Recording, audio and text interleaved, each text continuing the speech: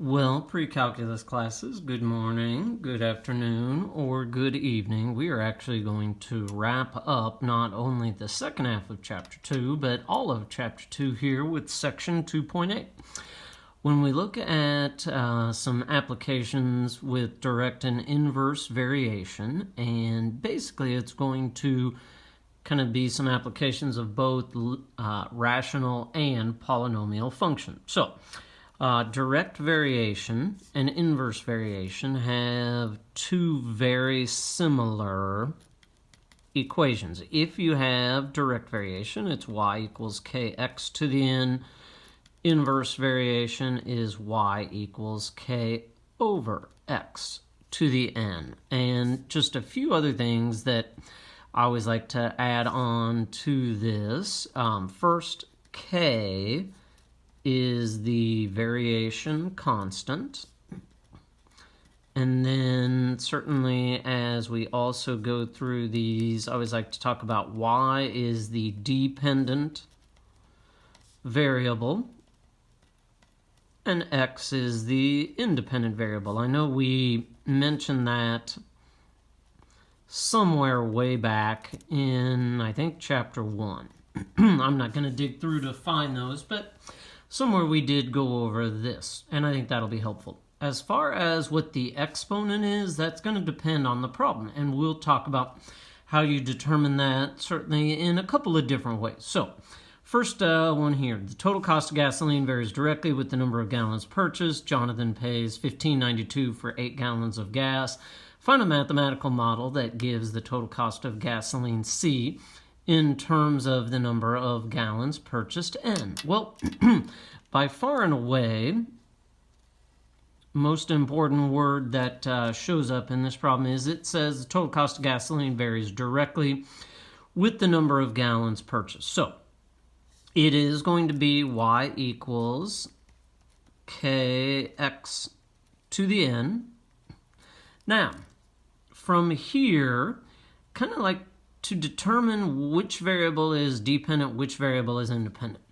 The cost of gas, I always like to say whenever you see the word varies, the cost of gas depends on the number of gallons purchased. Now, this one's probably a little more common sense maybe than others, but this is y, and then gallons is x. Now, the last thing, determining what the exponent is. Well, basically, if they do not tell you anything about,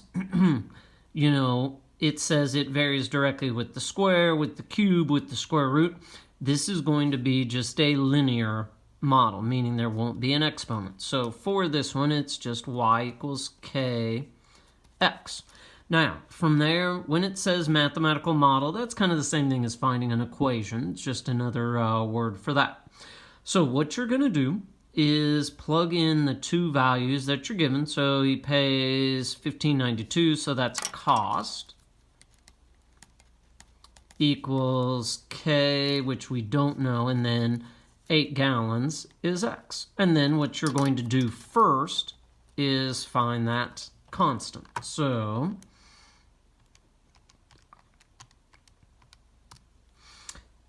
$1.99. So that is k. Well, right now, here as I'm filming this during the pandemic, this is actually right about what gas prices are. Over the years, sometimes it's actually been similar, sometimes it's been way off. So, now, that's your constant, and then from here, it's kind of up to you.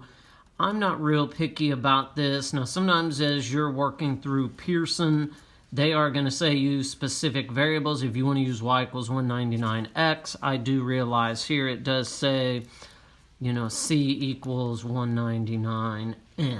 That's just kind of a matter of watch what the problem asks you for. But if you just use y and x and it's a written question, I actually don't have an issue there as long as you have your direct or your dependent and independent variables in the right spot. So, all right. I know sometimes as we go through this section, sometimes you say, gosh, this seems like a physics or a chemistry type lesson. Well, some of those equations are either direct or inverse or even a combination of both. So An enclosed gas exerts pressure P on the walls of a container. The pressure is directly proportional to the temperature T of the gas. So from here, before we even worry about all this other stuff, I always like to also say, well, the pressure depends on the temperature. So pressure is Y, temperature is X, and then the last thing, pressure is directly proportional to the temperature. Well, that means it's just Y equals KX. I know as we work a little further in, you'll see there are some times where it will actually tell you a power. Now, from here, we can go ahead and, now here you'll notice this problem actually just wants the constant. You don't even have to give the equation.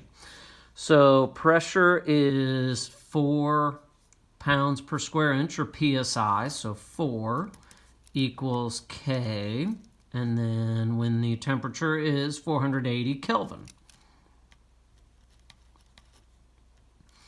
So from here, just divide your 480 over, and I'll be honest,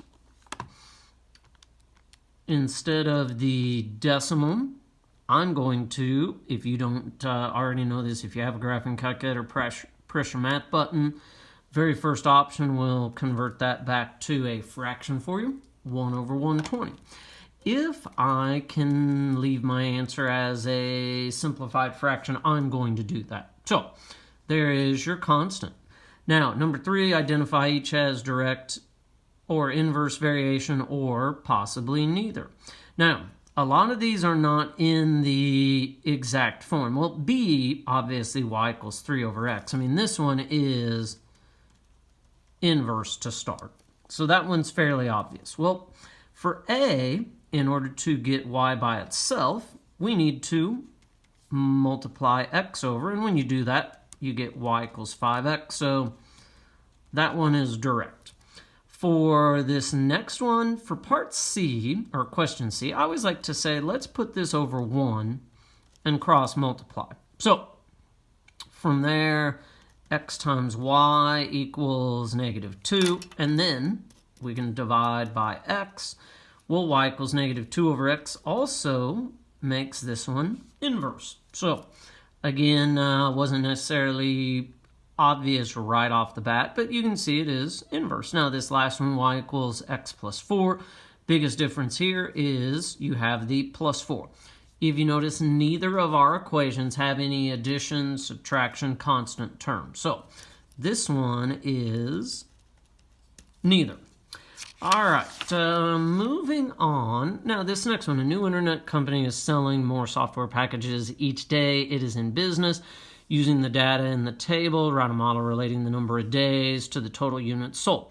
Now, estimate, and then we'll estimate the number of units sold after 70 days in business. Now, you might not actually need to do an equation for this, but we are going to write the model because that is what the question asks you for. Now, here they have not told us whether it is direct or inverse. Now, I will tell you this. As X goes up, 30, 40, 50, 60, Y is also going up, so we do know just based on that it is direct. Now the next thing is there possibly a power? Well, the way you determine that is look at the difference from each Y term to the next. So 30 minus 22.5, 7.5. Well, 37.5 minus 30 is 7.5. I'm not going to actually type that in. And then 45 minus 37.5 is 7.5. Well, if you take one round of differences from each term to the next, and it's constant, that tells us it is a linear model. Now, let's say you ended up with 2, 4, 6, and you had to do a second round of subtraction before you got that constant difference. Each round of subtraction that you have to do to find that constant change is the degree of your direct variation. So our power is 1, Y equals KX. And then from here, you have 4 different sets of data. You can pick any of the sets of data to use. I'm going to use 30 and 40 since by far and away I think that's your easiest set of values to use. So 30 equals k times 40. Divide for this one. Well, k is 3/4.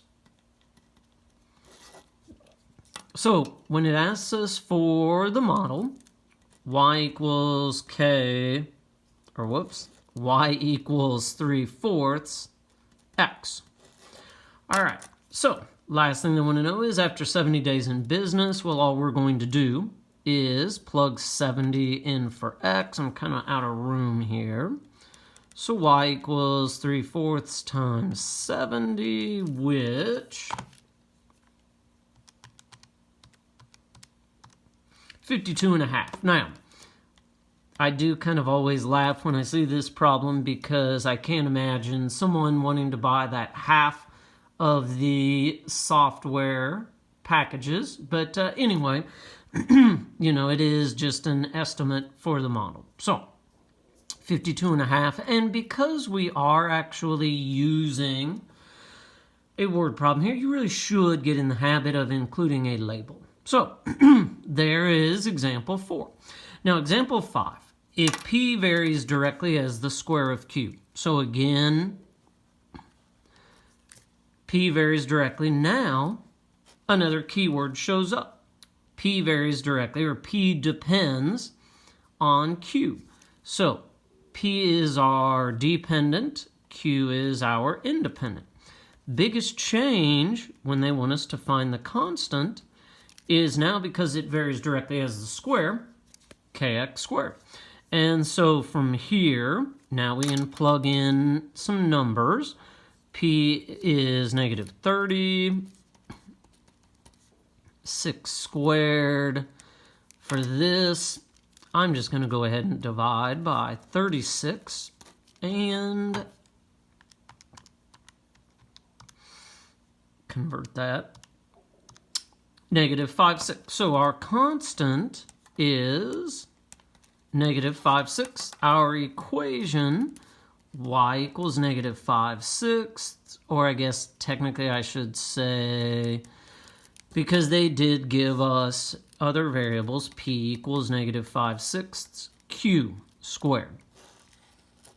Again, I would be perfectly fine either way you did that. So there is one example where we no longer had direct variation. For example 6, find a mathematical model representing the statement y varies directly as the cube of x. Well, here, y depends on x. Well, y is your dependent, x is your independent, directly as the cube of x, so y equals kx cubed. Now all we're going to do, plug in the values. They do want the model. So 15 equals k times 6 cubed. So I'm going to divide by 216.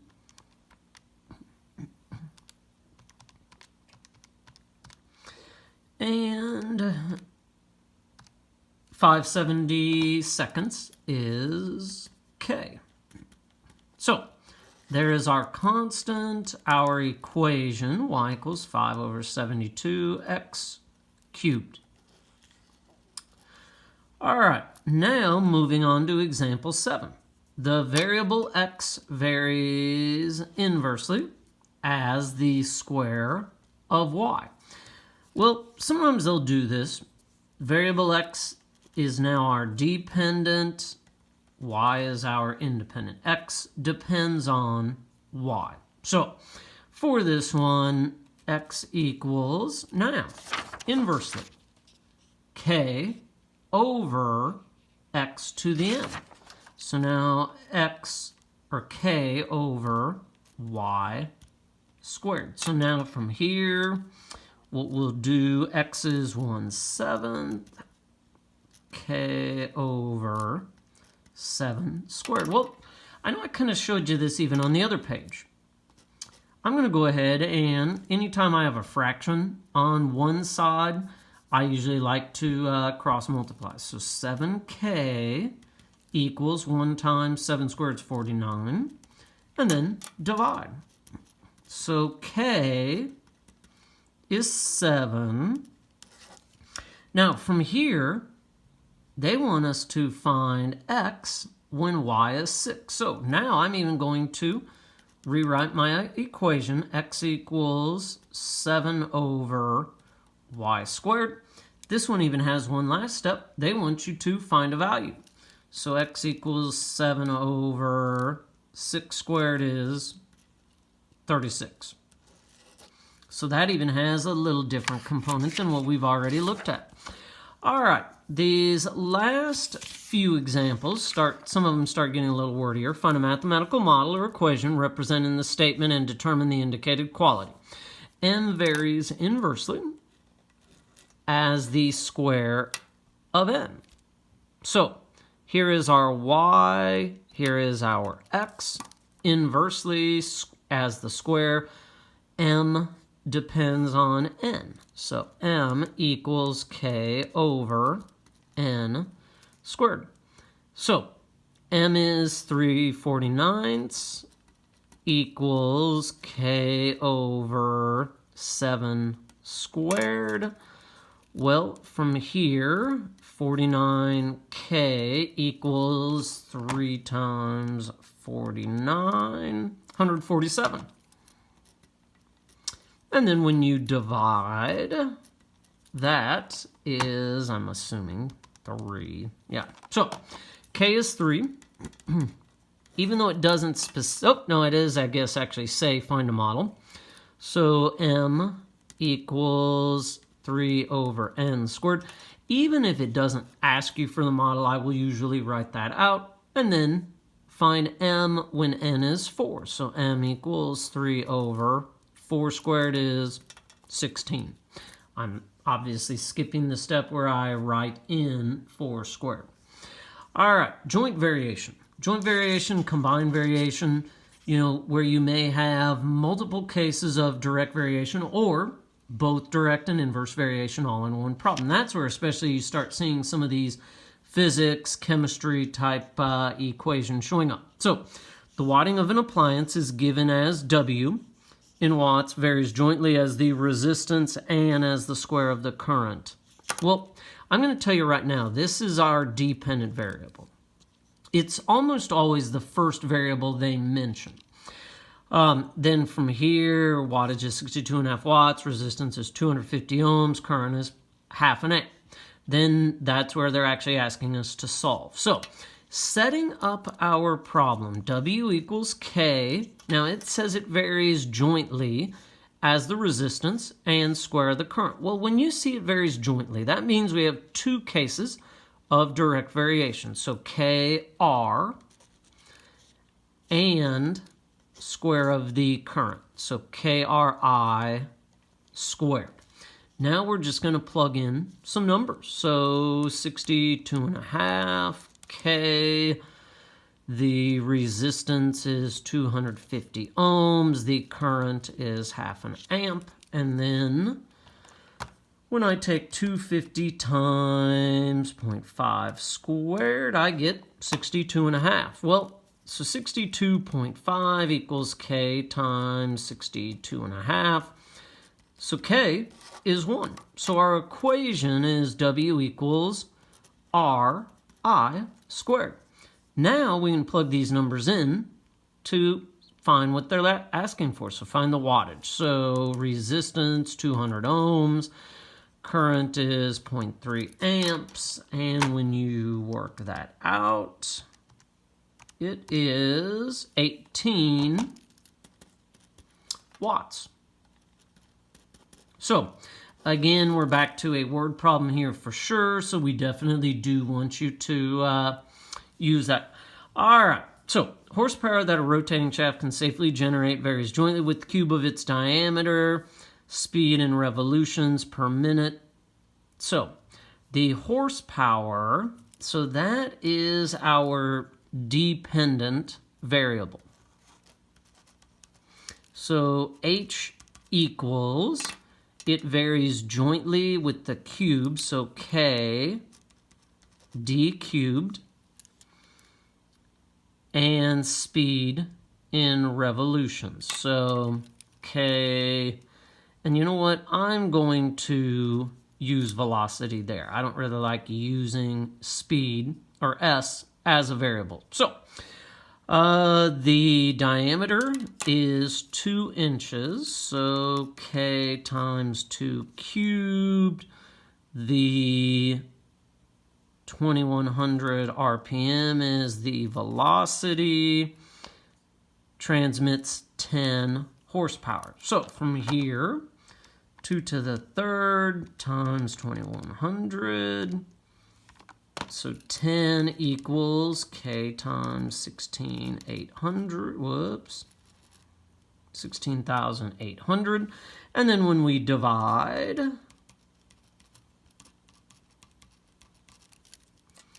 well, there I'm just going to cancel a 0. So K is 1 over 1680. So our equation, H equals 1 over 1680 d to the third v. And now, plug in our values. So 1 over 1680, 3 cubed times 2300, and who knows what that is?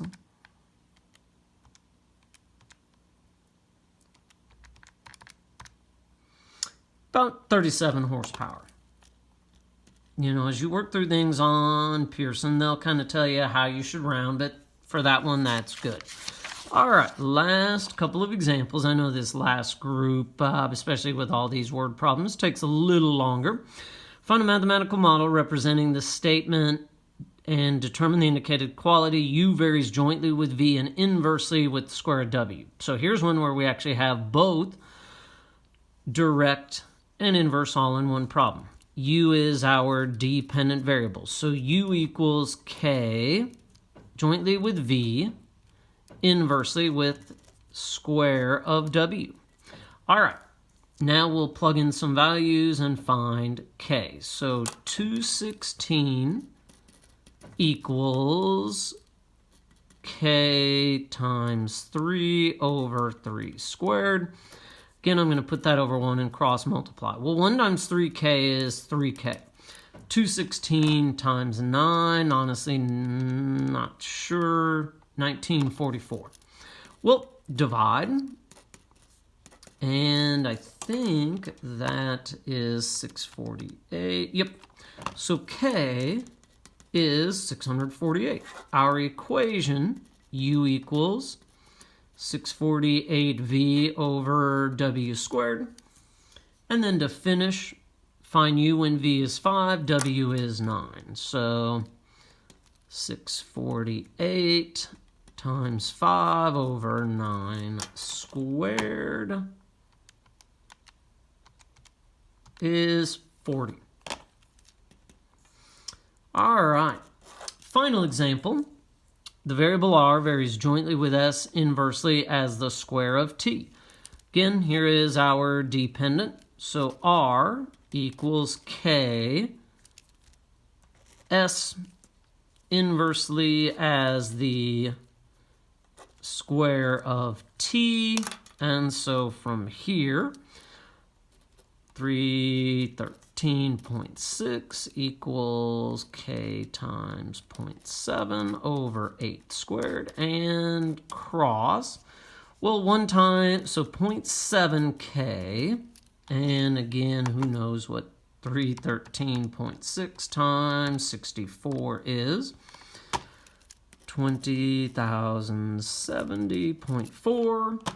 And when you divide, k is going to be a fairly large number. 28,672. All right, so r equals 28,672s over t squared, and then 0.62.